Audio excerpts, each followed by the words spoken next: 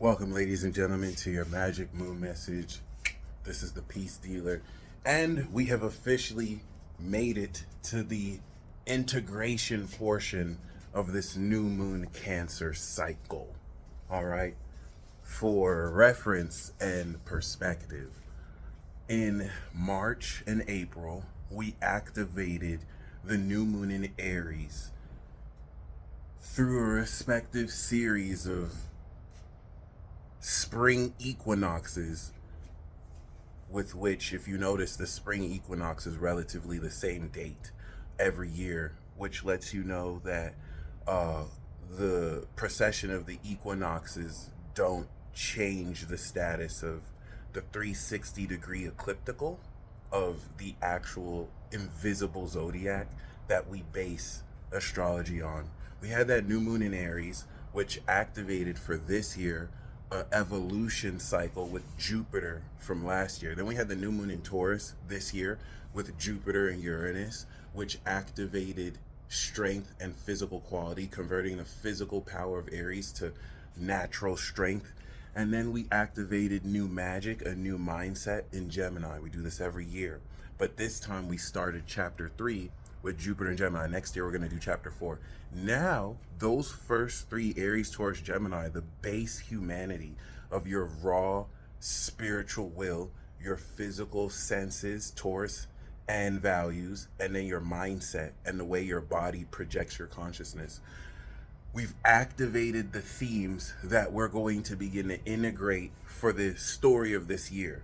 What is the story of this year? Saturn and Neptune at the end of Pisces is bringing the end of the world as we know it.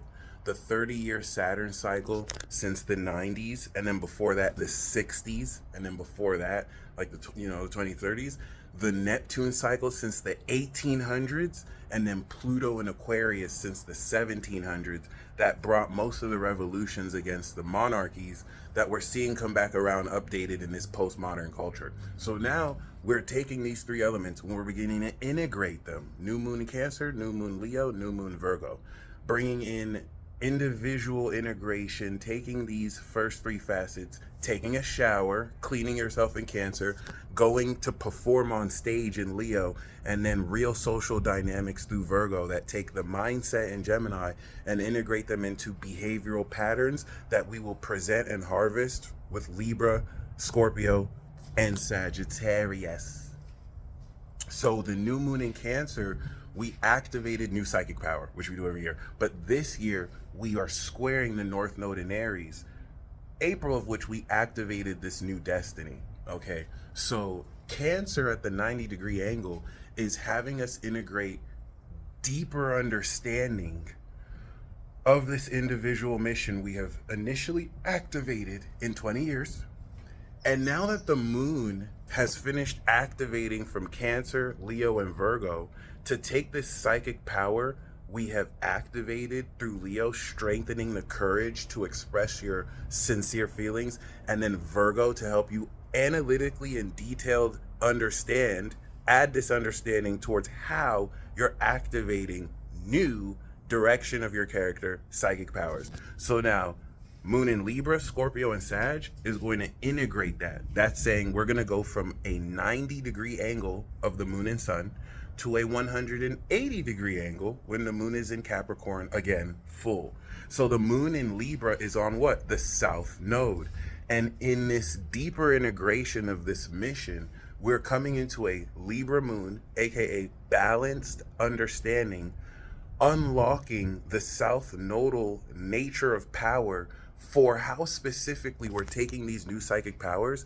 And now with this social integration, how do we take our individual character, our sincere feelings, go out in social spaces and balance this self-expression relative to the societal context of other fucking people, as I like to say, other people. So with that being said, of course, versus the moon being in Aries, the individual raw understanding that we had a week ago, the way you feel about yourself when you're by yourself, reflecting your raw, unfiltered emotions, is going to be a 180 contrast from how we now take these raw, unfiltered emotions and filter and polish them with other people.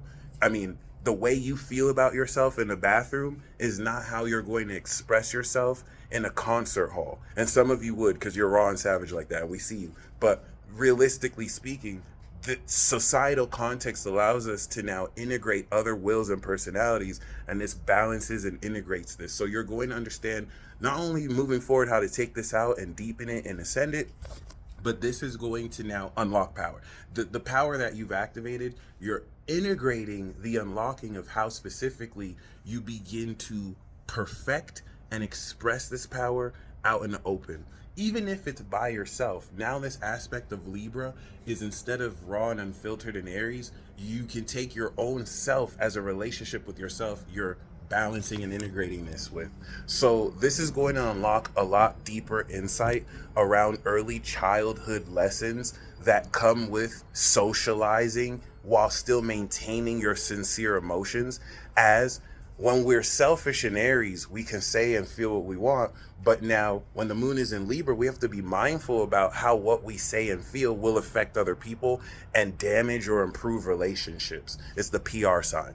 All right, Libra is customer service. They're the ones that have to be fake, because if they're not, the company will go under, and they take one for the team. But with that being said, okay, this is where personally, Libra has to be fake. Don't make me explain it. Hi. Yes, I totally don't mind that you're wasting my time screaming at me for 20 minutes about how you didn't like our product when you could have read the fucking instructions. But it's my job to give you good. That's all Libra, y'all. Like, that's why they're one of the best signs. But other than that, okay, this integration in balancing your psychic awareness is going to temper with logic, because the element of water is irrational without the element of air. So scientifically, if you look at every water sign, Scorpio's fourth house is Aquarius, Cancer's fourth house is Libra, Pisces' fourth house is Gemini, because that foundation of air is the logic needed to balance emotions. Otherwise, you'd be picking up psychic insight that would be nonlinear and irrational. But with that logical foundation and social context, that allows us through Virgo of analysis to integrate non-linear, subtle psychic vibrations and feelings into how it takes place. And this is where all these elements are needed. Hence, air signs have their foundation in earth, because our thoughts in air have to be grounded in reality. And earth has their foundation in fire, and fire has their fourth house in water, water back to air. So this psychic power you've activated, you're understanding the logic necessary through social context with others, and how to begin to perfect newly activated psychic powers. And if you don't like the whole psychic power thing, we can look at this as a newly activated integration of the depth of your character and personality, feeling deeper into who you are, as every year that we go through this is another layer of the onion being peeled back. That's why I like to keep this strictly math, because certain astrology can delve more into just, baseless predictions. This and this sign means this. I'm just give you the math, and then you could do that yourself. You could take that in your experience. So we know mathematically we're going to go through this 90-degree square, and that clash, of course, is how do I maintain my sincerity while still balancing myself? The con of moving towards Libra is that we can lose our individuality. But if we're too individual in Aries, we will not have social context to relate with others. So this is going to help you understand how to relate your insights with other people who will match them. And now 2 weeks ago, when the moon was on the North Node and you started to understand what direction more to move personally to, which you're challenged to move away from the social norm. 9 years ago, the North Node was in Libra, and we had to be challenged to move away from our selfish desires so we can compromise with others. We're not doing that right now. So you're going to understand what less to compromise with in the pursuit of your own individuality. What social expectations and themes in this socially distancing climate, where we're not going to have prominent social energy for the rest of the decade, and that's all towards building a new society with a new generation. This is going to help you understand what more you're unlocking and the necessary balance needed to support this individual direction. So it's a very important transit.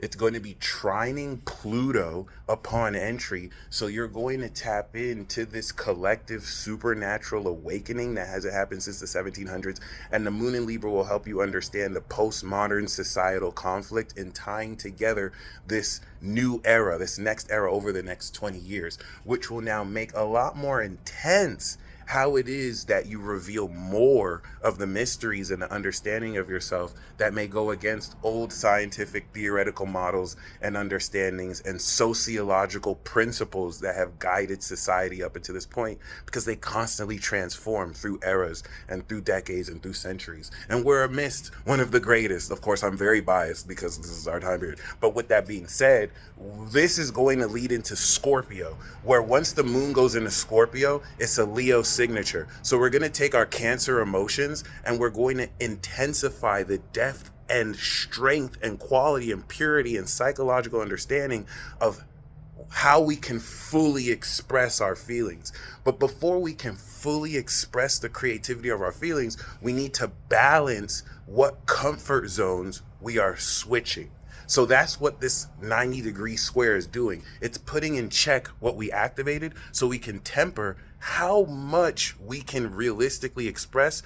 That's not too much, but that's not too little. Once we get that balance, then we can go full throttle in Scorpio and then ascend that perspective in Sagittarius and integrate this higher perspective of how we express these psychic abilities, master it, and our feelings, quite literally. So the trine that the moon will make to Gemini is taking this expansion of your vocabulary, and then you're going to understand how to apply this towards other people. It's like now that you're leveling up what it is you can say and the mindsets that you over the rest of the year will advance, you're going to start to see this reflect in how much more comfortable you are speaking and sharing facets of yourself that you were never comfortable doing before you have stepped into this level up cycle, right? Because the last decade or the past few years pre-2022, you were wearing clothes that now don't fit you. So the way you used to communicate with the smaller clothes that you had that used to fit you